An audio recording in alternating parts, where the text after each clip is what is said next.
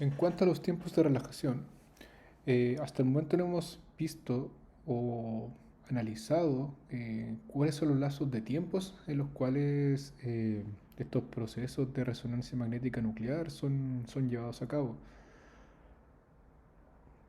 Eh, entonces, como se había visto previamente, habíamos considerado que en el momento de un experimento de resonancia magnética nuclear, las precisiones de los spin nucleares acomodan su dirección de acuerdo a la dirección del campo magnético, acá definido como el eje Z, eh, en razón de un pulso electromagnético que va incidiendo sobre un núcleo determinado.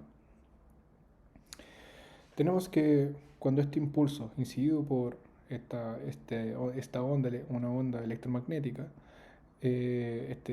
cuando este impulso acaba, tenemos que los spins nucleares tenderán a establecerse en su condición inicial de equilibrio, en donde, bueno, donde los spins eh, que aquí están determinados como estos vectores, que son cada vez son más, que son de alguna forma, en alguna medida, paralelos en cierto grado al eje Z. eh, estos, eh, estos vectores que representan a los spins van a volver a su conformación inicial y por lo cual van a cambiar su, sus precisiones, sus movimientos de precesión. Tenemos que la velocidad a la cual los spins vuelven al estado de equilibrio va a depender de las interacciones de cada spin con sus spins vecinos. Existen, bueno, dos tipos de relajación. El primer modo de relajación del sistema una vez que el impulso haya acabado. Esto ocurre en un plazo de milisegundos. Bueno, tenemos que la vuelta al equilibrio por parte, se define como que la vuelta al equilibrio por parte de una población de spins nucleares sigue cinéticas de primer orden. Como se habían definido previamente en las clases de cinética, tenemos que las cinéticas de primer orden son aquellas que dependen únicamente del valor de un reactante. En este caso estamos hablando de, de núcleos de átomos, por lo que obviamente estamos tratando con la naturaleza de una especie elemental. Tenemos que entonces que el recíproco de la constante de, la, de velocidad aplicable a estos eventos de resonancia magnética nuclear es llamado la relajación de red de spin o relajación longitudinal, o también, bueno, se establece como T1. Por lo general, T1, es decir, el tiempo de relajación T1, se encuentra en el orden de las décimas de segundos a segundos para protones. Tenemos que T1 va a depender de las interacciones de spin nuclear con sus vecinos, incluyendo el solvente, y de qué tan rápido la molécula rote en el solvente. Eh, Tenemos que la rotación de esta molécula eh, está caracterizada por un tiempo de correlación de rotación, eh, la cual es una medida de la constante de difusión rotacional para una molécula. Bueno, esta constante de difusión rotacional eh, no se aborda en gran detalle, pero se define esta constante como en qué medida el solvente que rodea una molécula influye en la velocidad de rotación de esta misma molécula. Por otro lado, tenemos el segundo modo de relajación, definido como T2. Eh, este tipo de modo de relajación no depende de sus interacciones con el entorno o con el solvente, bueno, de la molécula interactuando con el solvente o su entorno. Eh, a diferencia del primer modo de relajación, en donde tenemos que una población de spins excitados que convergen en una fase, eh, vuelven a un estado de equilibrio. A diferencia de este tipo de relajación, tenemos que el tipo de relajación T2 está asociada con la velocidad de precesión. en torno a la dirección del campo magnético Z.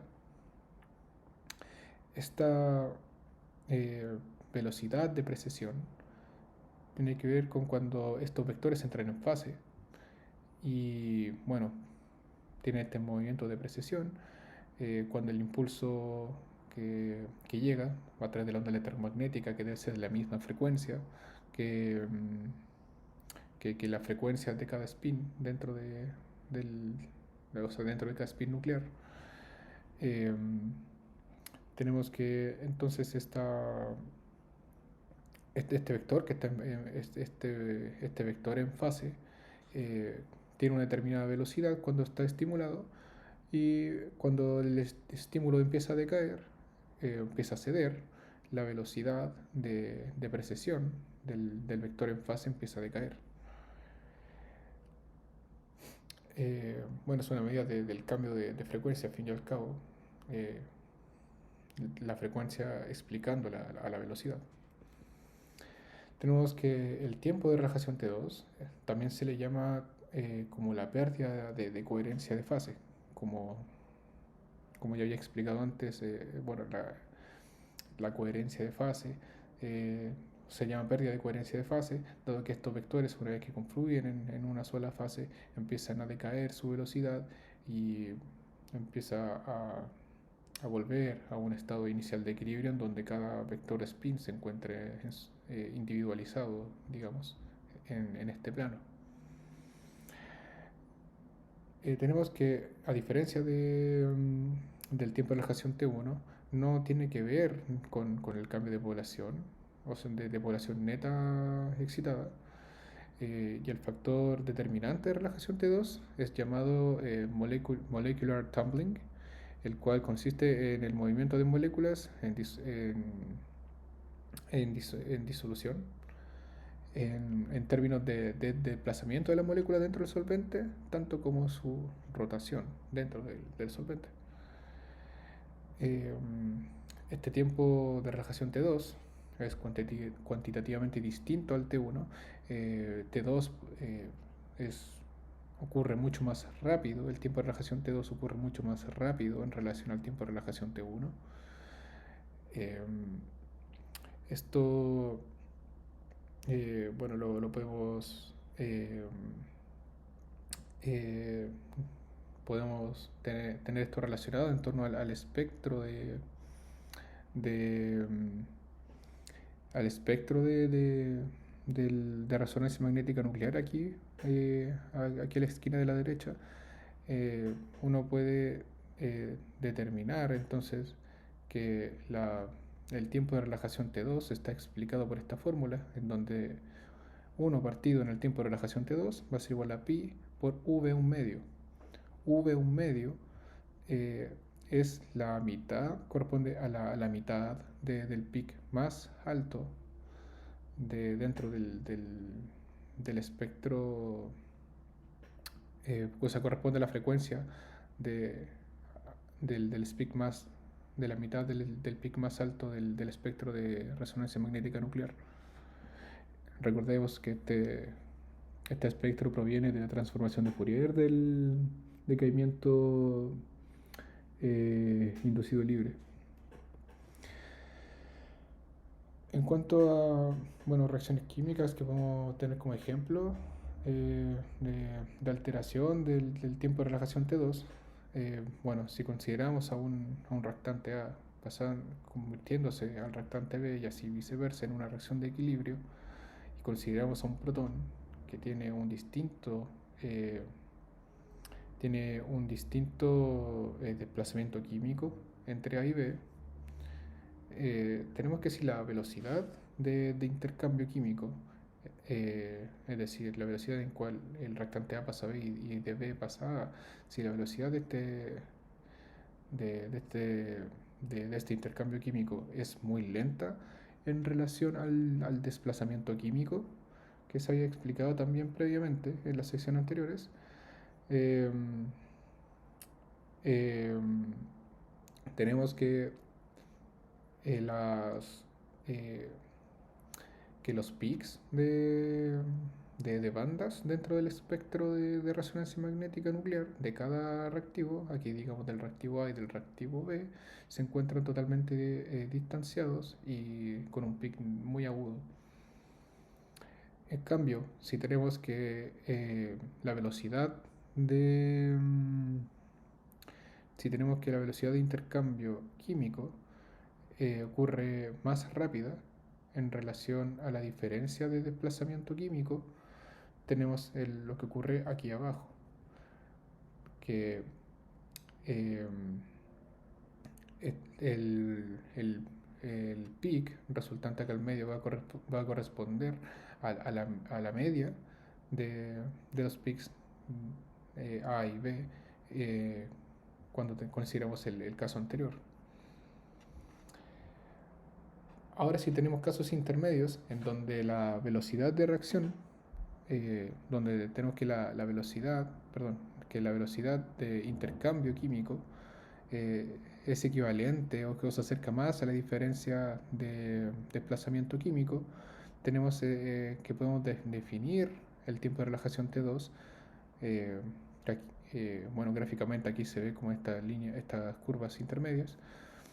El tiempo de relajación T2 va a estar definido por 1 partido en T2A, siendo T2A el tiempo de relajación, siendo que A, eh, o sea que la reacción de A a B ocurre de forma más lenta en relación al caso que aquí planteé de forma inicial, sumado a 1 partido en tau A, donde tau A corresponde al tiempo de relajación de la reacción global. En relación a la resonancia magnética nuclear multidimensional, bueno, se propone por partir a la resonancia magnética nuclear multidimensional como la técnica necesaria para poder determinar estructuras como macromoléculas. Dado que la resonancia magnética nuclear de una sola dimensión ha sido, claro, útil para determinar moléculas pequeñas y a ciertas características de las macromoléculas. Bueno, por lo que al fin y al cabo, para determinar la estructura de macromoléculas se necesita de la resonancia magnética nuclear multidimensional. El fundamento de esta técnica tiene relación con encontrar peaks cruzados que vinculen dos resonancias provenientes de distintos núcleos. Estos vínculos pueden establecerse a través del espacio o a través de una pequeña cantidad de enlaces químicos. Encontrar entonces estos dos peaks eh, son de relevancia para estimar la relación espacial entre los núcleos responsables de las resonancias. Al fin y al cabo, estas conexiones entre dos resonancias de distintos núcleos son llamados como caminos de coherencia. Eh, bueno, los conceptos necesarios para poder abordar a una resonancia magnética nuclear multidimensional se esquematizan acá a la derecha. Eh, eh, pero en primer lugar, hay que mencionar que la resonancia magnética nuclear eh, de dos dimensiones puede ser considerado como un ensamble de resonancia magnética nuclear de una dimensión en este simple arreglo que vemos aquí a la derecha. ¿Por qué eh, por qué considerar a la resonancia magnética nuclear multidimensional en términos de únicamente dos dimensiones? Es porque esta es la unidad, digamos, base de combinaciones de resonancias para poder establecer para poder considerar múltiples dimensiones mayores a 2. En este experimento en particular tenemos un impulso inicial que va a corresponder a una frecuencia electromagnética que va a provenir desde la izquierda del esquema hacia la derecha. Cada una de estas barras negras va a corresponder al momento en donde se da como entrada al sistema un impulso electromagnético. Tenemos entonces que inicialmente se propaga un pulso, una frecuencia electromagnética que transcurre por una distancia t1. Esto es lo que se le llama la fase de evolución, en donde la onda, donde, la, donde el impulso va navegando a lo largo de este tramo T1, al llegar a una segunda zona en donde se agrega el segundo impulso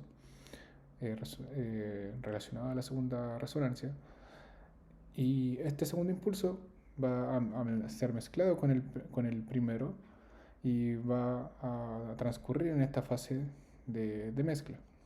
Ya aquí T-M. Ambos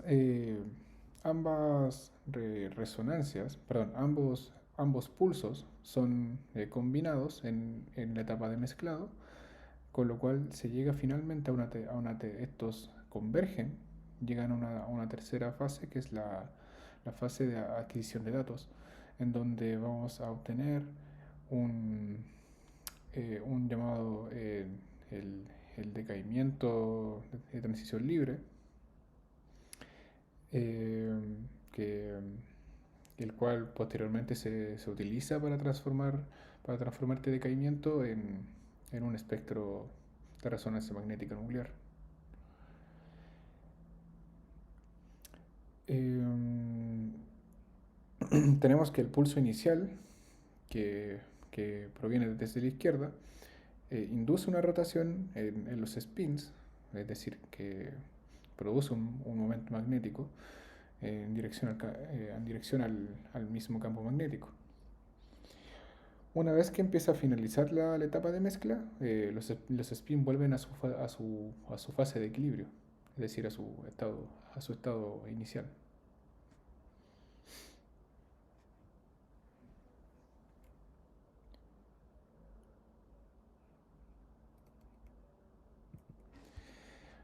Bueno, eh, el, el diseño de estos experimentos bidimensionales va a depender de cuáles son los estados de spin que son probados entre distintos núcleos, y bueno, y de los tiempos de relajación. La interpretación de estos resultados de experimentos bidimensionales va en relación a realizar transformaciones de Fourier, tanto en la fase de evolución T1, acá, como en la fase T2, en la fase de adquisición de datos. Dichas transformaciones eh, de Fourier en estos dos intervalos va a dar como resultado dos frecuencias, la frecuencia 1 y la frecuencia 2. Una tercera dimensión puede ser, bueno, aquí esas frecuencias están esquematizadas en este gráfico. Tenemos la frecuencia 2, la frecuencia 1, y una tercera dimensión es agregada, la cual consiste en la amplitud de onda de los pics respectivos de cada resonancia. Eh, lo que tenemos aquí en la diagonal entrecortada correspondería al espectro de resonancia magnética de, de ambas resonancias, explicadas como la frecuencia 1 y la frecuencia 2.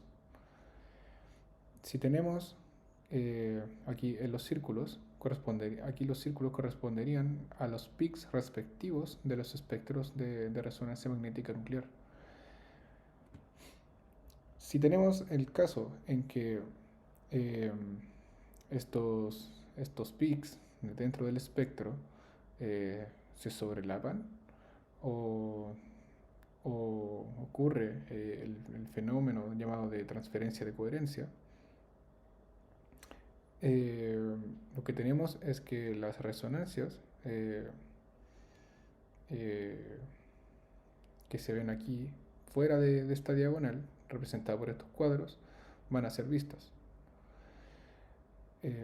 AD, por ejemplo, significaría que los peaks dentro del espectro de resonancia magnética A y D ocurren dentro de, o sea, asociados a cada una de las frecuencias y por ende a cada resonancia.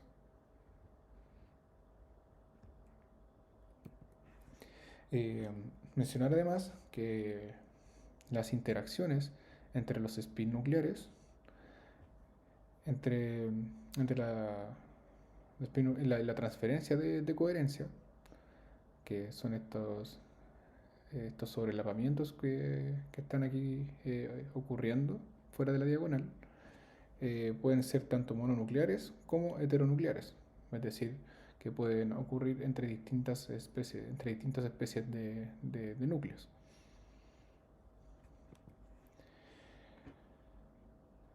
Uno de, uno de los primeros experimentos de resonancia magnética nuclear de dos dimensiones fue, bueno, el experimento de COSY o Correlated Spectroscopy.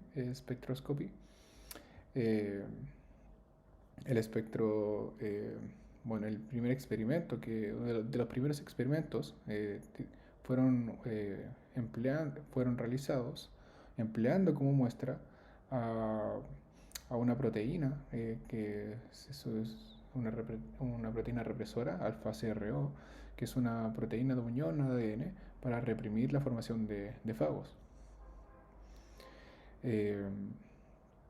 Este experimento, bueno, basándonos en el modelo de resonancia magnética bidimensional previamente aquí descrito, este experimento identificó pares de núcleos que están unidos por un tipo de acoplamiento llamado acoplamiento escalar, es decir, conectividades entre los spin nucleares.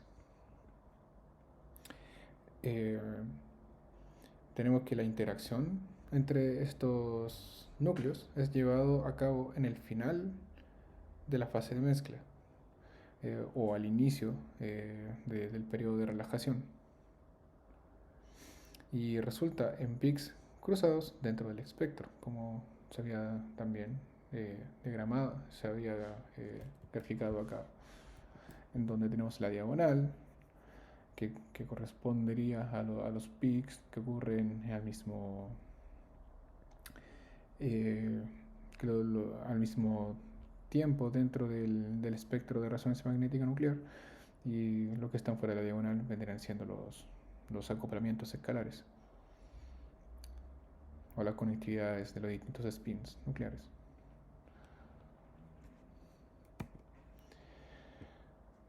Otro de los experimentos más relevantes en torno a la resonancia magnética nuclear de dos dimensiones corresponde al Nuclear Overhauser Effect Spectroscopy, o NOESI. El tipo de interacciones entre núcleos corresponde a interacciones que se llevan a cabo en el espacio, a diferencia de ser interacciones que son llevadas a cabo mediante enlaces químicos. Bueno, estas interacciones entre los núcleos van a corresponder a interacciones entre los dipolos magnéticos de cada uno de estos núcleos. En términos generales, este experimento posee un tiempo de relajación T1 y no un tiempo de relajación T2, y entonces este está acoplado a movimientos de rotación.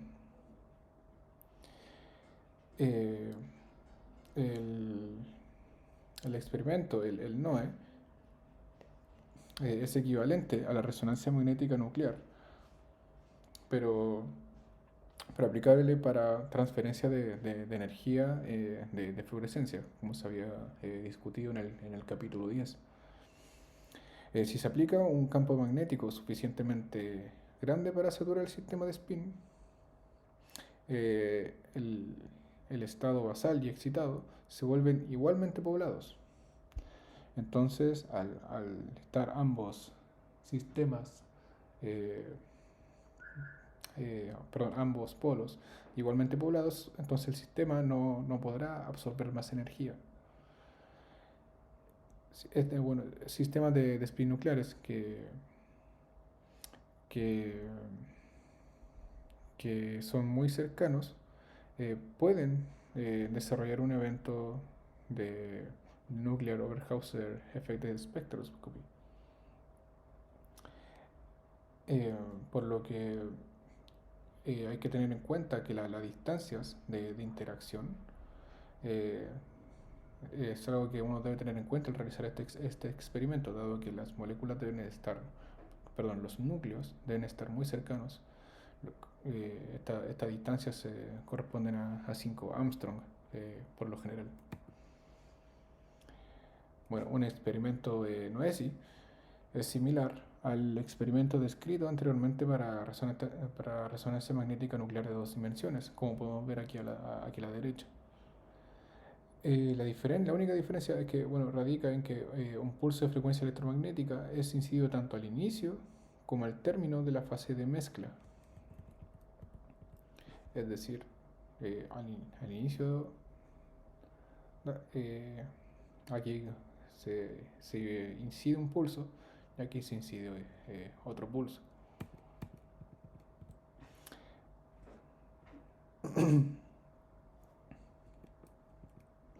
Eh,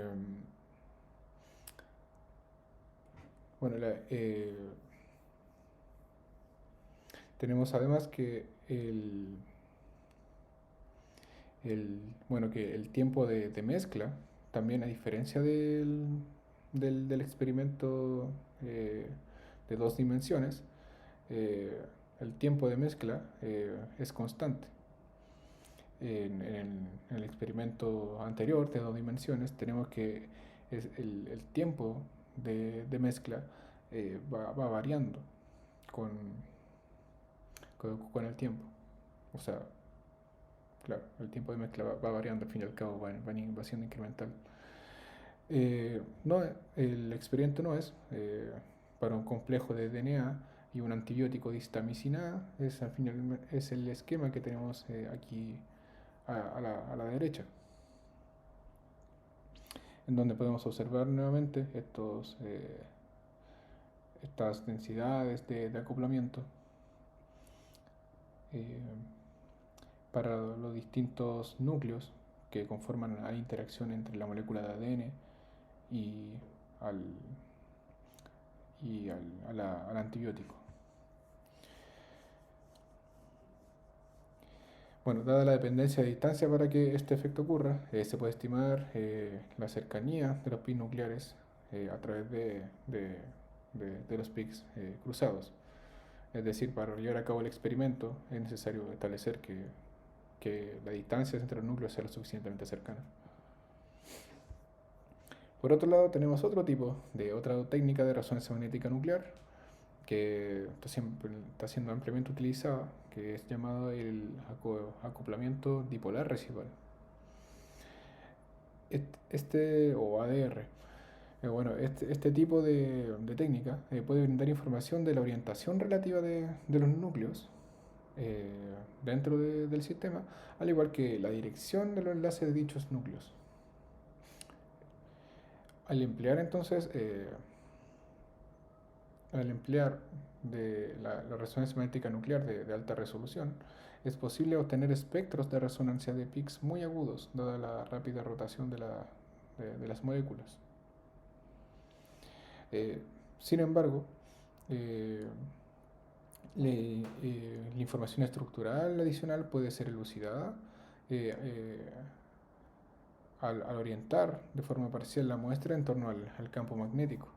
Y con ello, eh, el apareamiento entre los dipolos magnéticos puede ser medido como el acoplamiento dipolar residual. Estas medidas pueden dar información en cuanto a la orientación de, de los núcleos en una estructura como, bueno, una macromolécula. Por otro lado, tenemos la técnica que más es usada en cuanto a las resonancias magnéticas nucleares multidimensionales, la cual corresponde a la correlación cuántica simple heteronuclear. Bueno, este espectro emplea, bueno, protones, pero además puede emplear isótopos de nitrógeno 15. Únicamente detecta núcleos unidos de forma covalente, dado que, eh, bueno, aquí ah, eh, acá a la derecha tenemos un ejemplo de donde el espectro de HSQC o de correlación cuántica simple heteronuclear eh, para una proteína transmembrana que transporta protones a través de la membrana.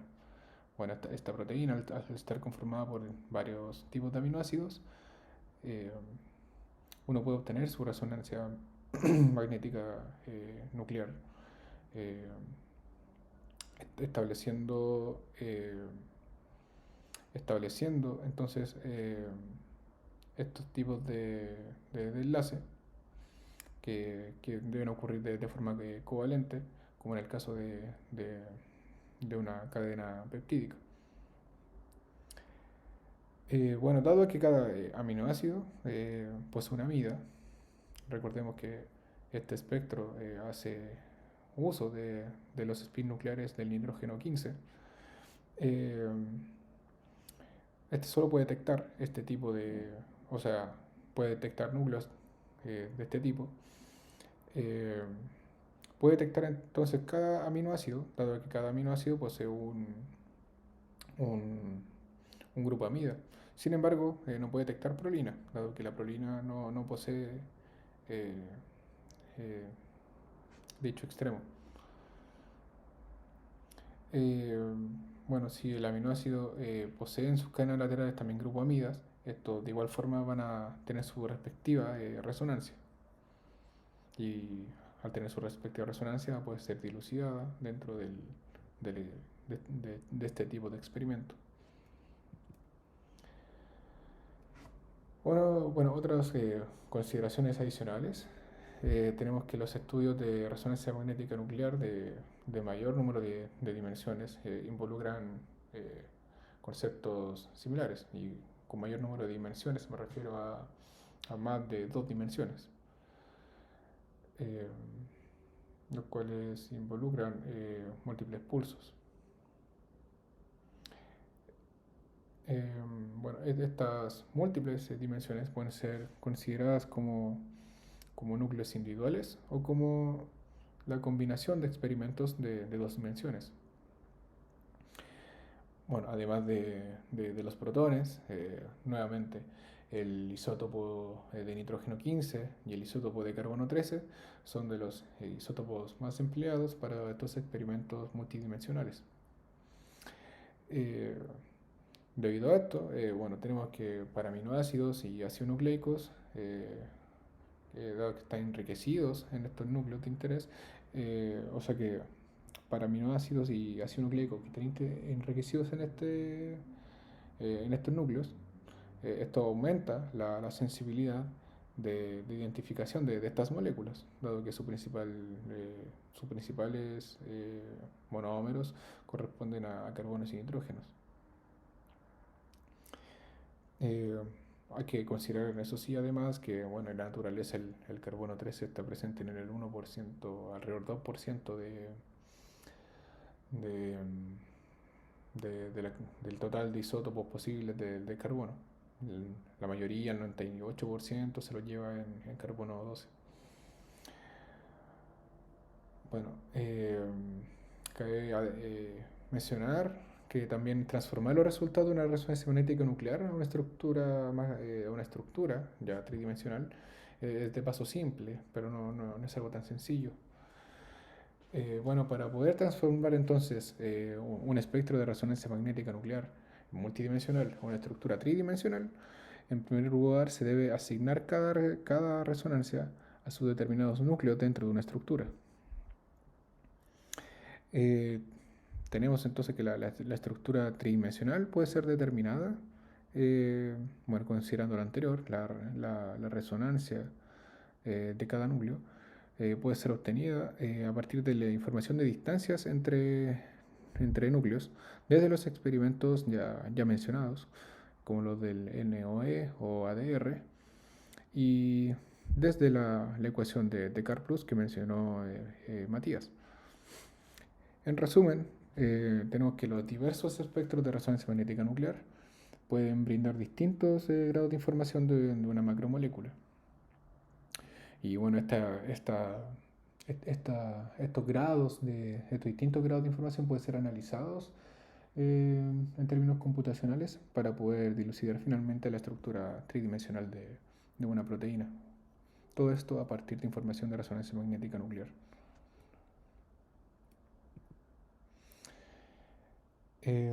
Otro tema a considerar es que a medida que la proteína a la cual queremos dilucidar su estructura tridimensional, a medida que esta proteína cada vez se complejiza más, es decir, es de mayor tamaño, cada vez se vuelve más complicado encontrar su estructura a partir de los espectros. Bueno, esto es debido a que la velocidad de rotación va a ir decayendo a medida de que consideramos a una proteína cada vez más grande.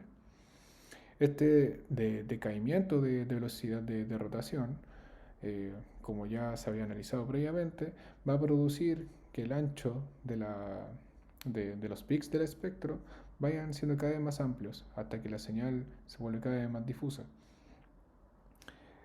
Este problema puede ser solucionado mediante técnicas que requieren un gran campo magnético, como es la técnica TROSY, la cual obtiene los componentes de mayor de menor anchura dentro de cada pic y los extrapola al mismo pic, por lo cual uno obtiene el mismo pic pero más agudo. Eh, bueno, en cuanto a la imagen de resonancia magnética, eh, bueno, ¿qué es la imagen de resonancia magnética? Al fin y al cabo es una aplicabilidad de los espectros de resonancia magnética nuclear. Bueno, en cuanto a la aplicabilidad biomédica, este es uno de los avances más remarcables en cuanto al diagnóstico clínico, en cuanto a la imagenología de tejidos. Bueno, a pesar de que previamente al desarrollo de esta tecnología existían los rayos X, los rayos X pueden establecer imágenes en cuanto a cuerpos sólidos como son los huesos. Sin embargo, con rayos X uno no puede distinguir eh, los tejidos más blandos como por ejemplo los tejidos. Aquí a la derecha tenemos el caso de una imagen de resonancia magnética del cerebro humano, en donde eh, se pueden observar los tejidos que conforman los distintos órganos, como que el cerebro, encéfalo, cerebelo, etc. Y bueno, en cuanto a la aplicabilidad, o sea, cómo es que la resonancia magnética nuclear habíamos establecido previamente que funcionaba, tenía que ver con relación a los protones que se encuentren en disolución, en este caso en el cuerpo humano que tiene más del 60% de peso en agua. Tenemos una gran cantidad de protones. Estos protones, al poseer momento magnético o spin nuclear, es que uno eh, puede establecer a partir de los espectros de resonancia magnética unas imágenes. Eh, Como ejemplo, bueno, aparte de los protones que se han empleado, también se han empleado sustancias elementos, isótopos, como el carbono 13, el fósforo 31 y el flúor 19. Bueno, el principio que está detrás de la imagenología de resonancia magnética tiene relación a un gradiente de campo magnético. Tenemos que, bueno, dado que la frecuencia de resonancia es directamente proporcional al campo magnético, por lo que la frecuencia de resonancia va a depender de su ubicación en el campo magnético.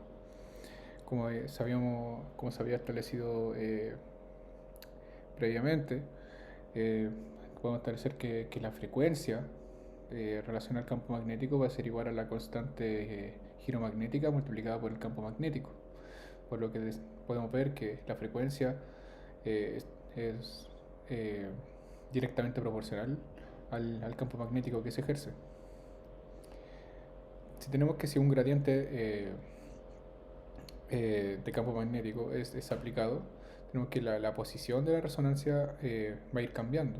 Con gradiente de campo magnético tiene relación con intensidad del campo.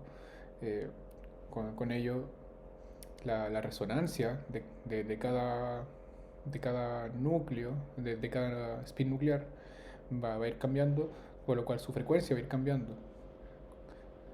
Ante este cambio de frecuencia, uno en imaginología de rayos, perdón, imaginología de resonancia magnética, uno debe encontrar la frecuencia con la cual igualar a las frecuencias de los espines nucleares para poder establecer imágenes. Tenemos además que la intensidad de la absorción de, tenemos que la intensidad de la absorción va a ser equivalente al número de los protones que se encuentran en agua. En el caso de resonancia magnética nuclear aplicada a sistemas clínicos de diagnóstico, tenemos entonces que va a depender del órgano eh, al cual se le esté realizando la imagen.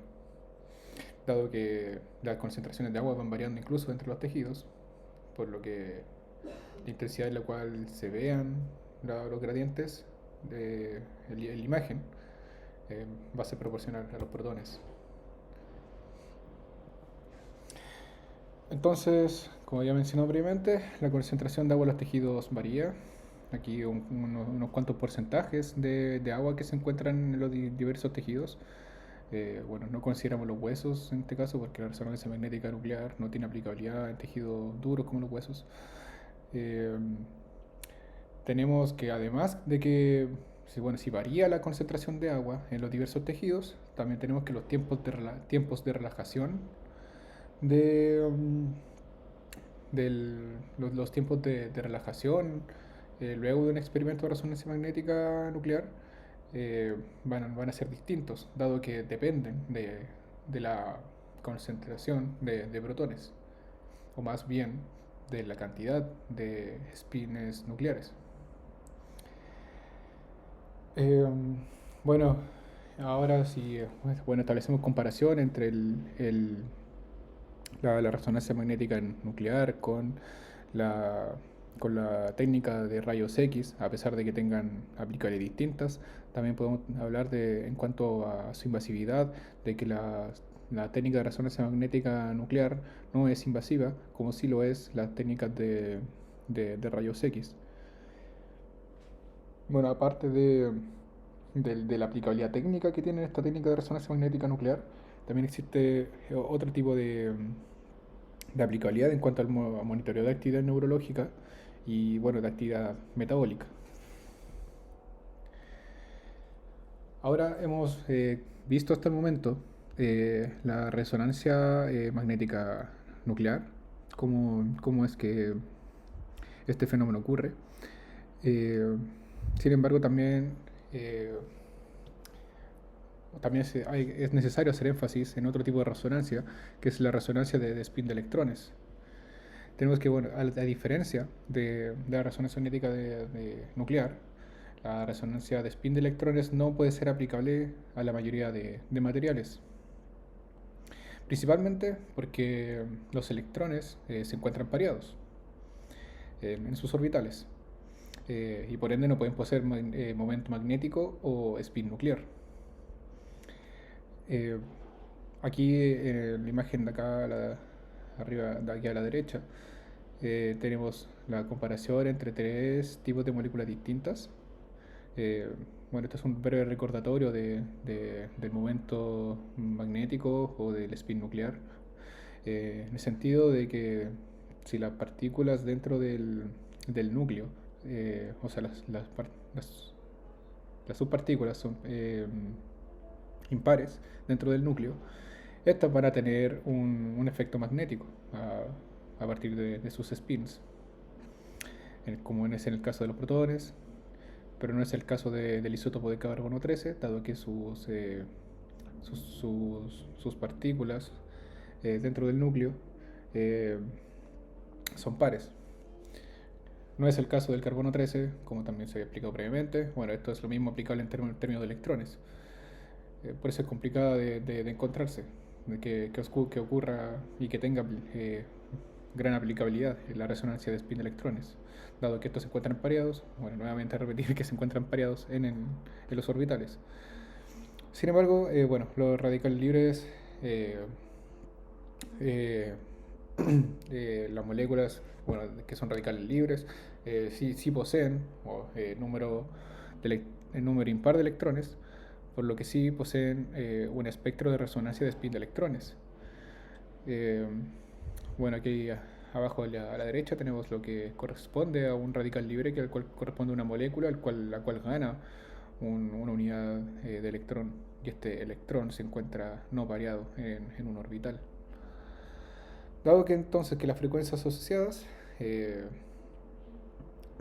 las frecuencias asociadas a las transiciones entre distintos niveles de energía entre electrones eh, eh, apareados en un campo magnético, eh, se encuentran en la región de las microondas, se requiere de técnicas especiales bueno, para disponer a la molécula dentro del campo magnético. Bueno, ¿cuáles son las aplicabilidades? O sea, ¿cómo es que la resonancia de spin electrónico puede tener aplicabilidad dentro de los sistemas biológicos? Eh, bueno, esta aplicabilidad surge de la interacción de los spins nucleares con los spins electrónicos. Tenemos que si un número, o sea, perdón, si un núcleo posee digamos, un spin nuclear de un medio, este va a tener dos orientaciones en el campo magnético. En la dirección del campo magnético Z que se había, bueno, comentado previamente. Eh, bueno, esto provocará que cada uno de los estados energéticos del electrón asociado a este sistema de núcleo y electrón, este electrón va a ser dividido en dos estados, o sea, sus estados energéticos van a ser divididos en dos. Esta estructura eh, en la cual tenemos un spin nuclear y un spin electrónico. Este, este fenómeno se le denomina como una estructura hiperfina, que podemos ver aquí a la derecha en forma de gráfico, en donde si tenemos la influencia de un campo magnético eh, que, que va creciendo a lo largo del eje X, y la energía asociada a cada partícula dentro del campo magnético, eh, tenemos una serie de bifurcaciones, en donde aquí las primeras bifurcaciones corresponderían, bueno, a M1. eh, Serían el, el spin nuclear, mientras que MS correspondería bueno, al spin electrónico. Como podemos ver, entonces, claro, dado que el, el spin nuclear posee dos orientaciones en el campo magnético, aquí representadas, esto a su vez va a poseer dos niveles energéticos para el electrón asociado.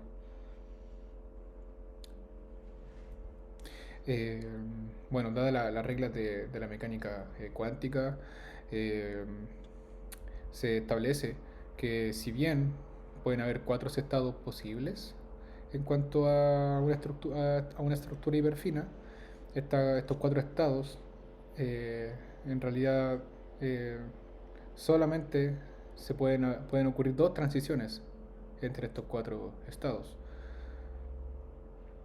No, no digamos las cuatro en total, únicamente dos. Eh, en el caso hipotético, si tenemos un spin nuclear en vez de un medio, tenemos un spin nuclear de uno, tenemos entonces seis estados posibles. Pero de estos seis estados posibles, la mitad van a ser posibles, es decir, tres.